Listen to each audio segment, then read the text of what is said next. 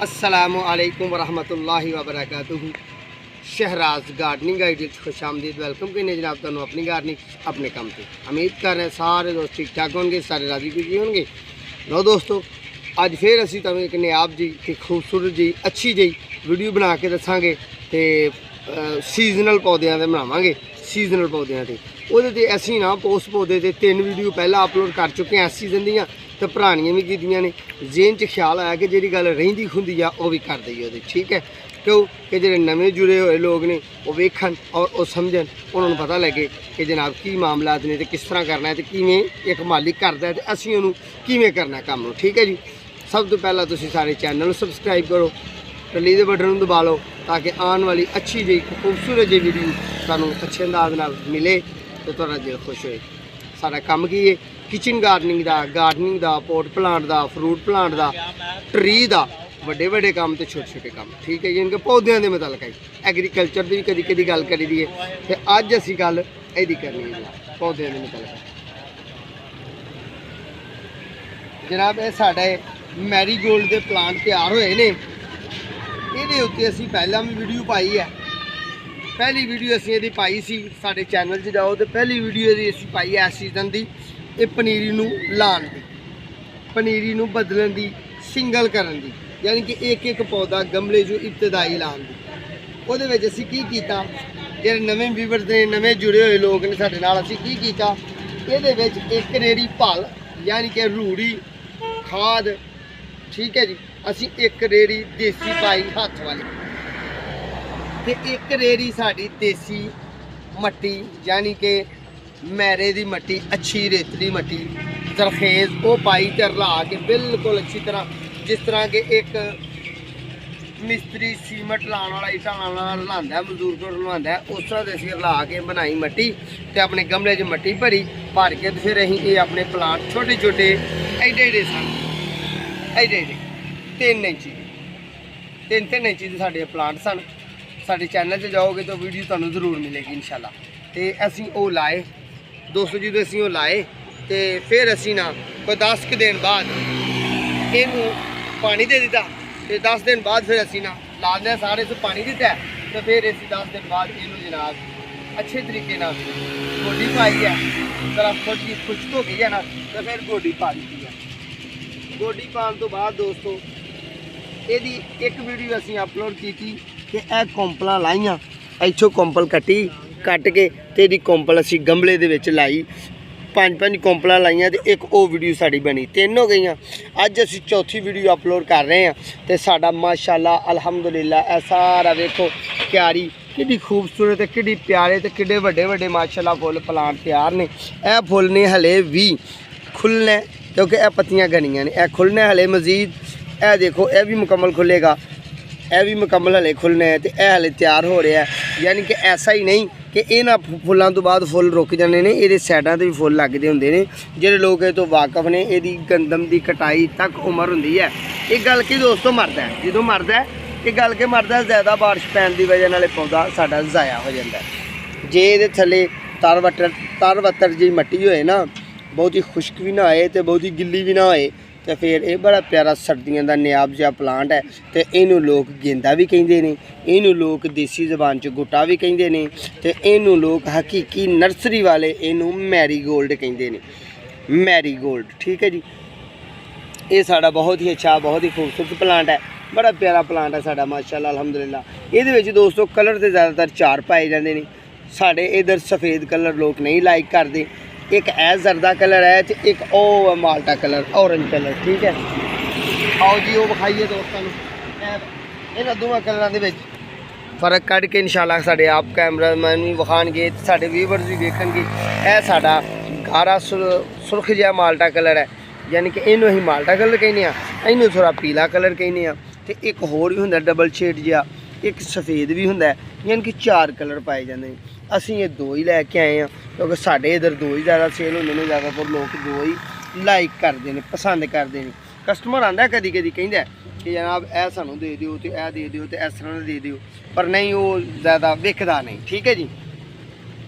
हुण तुहाडे वास्ते केड़ा टिप्स है, केड़ा आइडिया, केड़ा मशवरा, जिहड़े नवे दोस्त जुड़े हुए ने ਜਿਹੜੇ ਪੁਰਾਣੇ ਨੇ ਉਹਨਾਂ ਨੂੰ ਅਸੀਂ ਆਪਣੇ ਕੀਤੇ ਹੋਏ ਕੰਮ ਦੀ ਸੈਰ ਕਰਾ ਰਹੇ ਹਾਂ ਤੇ ਮਾਸ਼ਾਅੱਲਾ ਅਲਹਮਦੁਲਿਲਾ। ਇਹ ਦੋਸਤੋ ਉਹ ਕਲੀਆਂ ਨੇ ਛੋਟੀਆਂ ਜਿਨ੍ਹਾਂ ਤੋਂ ਮੈਂ ਕੰਪਲਾਂ ਲਾਈਆਂ ਸਨ। ਜਿਹੜੇ ਸਾਡੇ ਪੁਰਾਣੇ ਵੇਖਣ ਵਾਲੇ ਨੇ ਉਹਨਾਂ ਨੂੰ ਪਤਾ ਹੋਏਗਾ ਕਿ ਇਹਨਾਂ ਦੇ ਉੱਤੋਂ ਮੈਂ ਕਲੀਆਂ ਲਾਈਆਂ ਸਨ, ਇਹਨਾਂ ਦੇ ਸਿਰ ਕੱਟੇ ਸਨ। ਯਾਨੀ ਕਿ ਇੱਥੋਂ ਆ ਵੇਖੋ, ਸਾਡਾ ਕੈਮਰਾਮੈਨ ਅੱਛੇ ਤਰੀਕੇ ਨਾਲ ਕੋਸ਼ਿਸ਼ ਕਰਿਆ ਵਿਖਾਉਣ ਦੀ, ਇਹ ਵਾਲਾ ਜਿੱਥੇ ਇਹ ਮੇਰੀ ਇਹ ਉਂਗਲੀ ਲੱਗ ਰਹੀ ਹੈ, ਇੱਥੋਂ ਅਸੀਂ ਸਿਰ ਕੱਟੇ ਸਨ ਇਹਨਾਂ ਦੇ, ਕੱਟ ਕੇ ਤੇ ਅਸੀਂ ਇਹਨਾਂ ਨੂੰ ਗਮਲੇ 'ਚ ਪਾਇਆ ਸੀ। 5 ਕਲੀਆਂ ਜਿਹੜੀਆਂ ਨੇ ਉਹ ਦੋਸਤੋ ਅਸੀਂ ਇਹਨਾਂ ਦੀਆਂ ਗਮਲੇ 'ਚ ਪਾਈਆਂ, ਠੀਕ ਹੈ ਜੀ, ਪਾ ਕੇ ਤੇ ਉਹ ਵੀ ਤੁਹਾਨੂੰ ਵੀਡੀਓ ਵਿਖਾਈ। ਹੁਣ ਤੁਹਾਨੂੰ ਅਸੀਂ ਆਪਣਾ ਕੀਤਾ ਹੋਇਆ ਕੰਮ ਵੀ ਵਿਖਾਇਆ ਤੇ ਜਿਹੜੇ ਨਵੇਂ ਵੀਵਰਸ ਨੇ ਨਵਿਆਂ ਨੂੰ ਵੀ ਜਨਾਬ ਅਸੀਂ ਇਹ ਆਪਣਾ ਕੀਤਾ ਹੋਇਆ ਕੰਮ ਵਿਖਾਇਆ।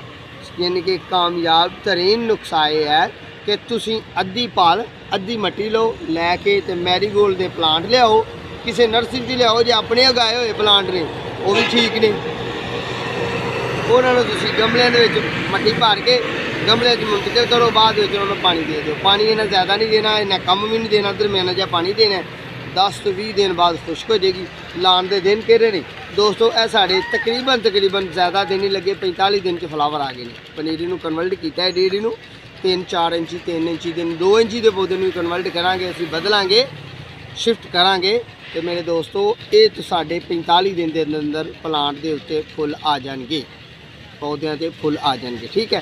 तुसीं अच्छे अंदाज नाल लाओ। गल फिर उत्थे शुरू करने कि मट्टी बना के अच्छी तरीके नाल लाओ, ला के उन्होंने गोडी करो। गोडी उन्होंने तरवतर करनी है। तरवतर का मतलब किहनूं आंदे ने कि जिस तरह के असीं गोडी जी करने वो ना खुश्क होए बहुत ही गमले च मट्टी, तो ना बहुत ही गिल्ली होए। गिल्ली नूं छेड़ांगे तो वो सख्त हो जाएगी, तो खुश्क नूं छेड़ांगे तो पौधे की जड़ मुतासर हो जाएगी, ठीक है। रखना इन्हूं धुप विच है, छांव च नहीं रखना। छांव च देने प्लांट ने मर जाना, छांव च देने फुल ही नहीं देनी। गर्मी च रखना है, धुप च रखना है। 10वें महीने च लिया के लाना है, तो 11वें महीने च वेलकम करके जनाब ये फुल तुसीं लै लैने ने। 30 दिन च 35 दिन च हद 45 दिन च पहले फुल आ जाते हैं, ठीक है। फिर बाद च हिफाजत की है कि जिमें जिमें सर्दी आनी है उवें तुसीं गोडी देनी है, तरवतर रखना है, खुश्क रखना है, ठीक है जी। मेरे दोस्तों ने इनू खुश्क रखना है। खुश्क रखने तो बाद ये कोल फुल ले जाने, जोड़ा फुल जरा मरजाए, जिस तरह के यह प्लांट है साढ़ा जी।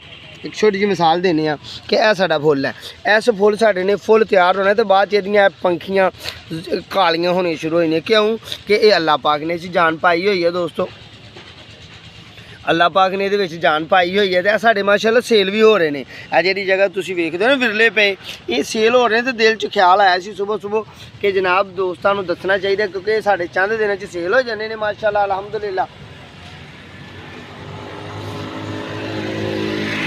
साढ़े चंद दिनों के प्लांट सेल हो जाने, तो ये गल करनी जरूरी है। लो जी फिर उसी गल शुरू करने दोबारा कि इनू तुसीं अच्छे तरीके नाल गोडी करनी है। गोडी करके तो फिर इनू 2 दिन बाद पानी देना है। पानी देने तो बाद इनू छड्ड देना है।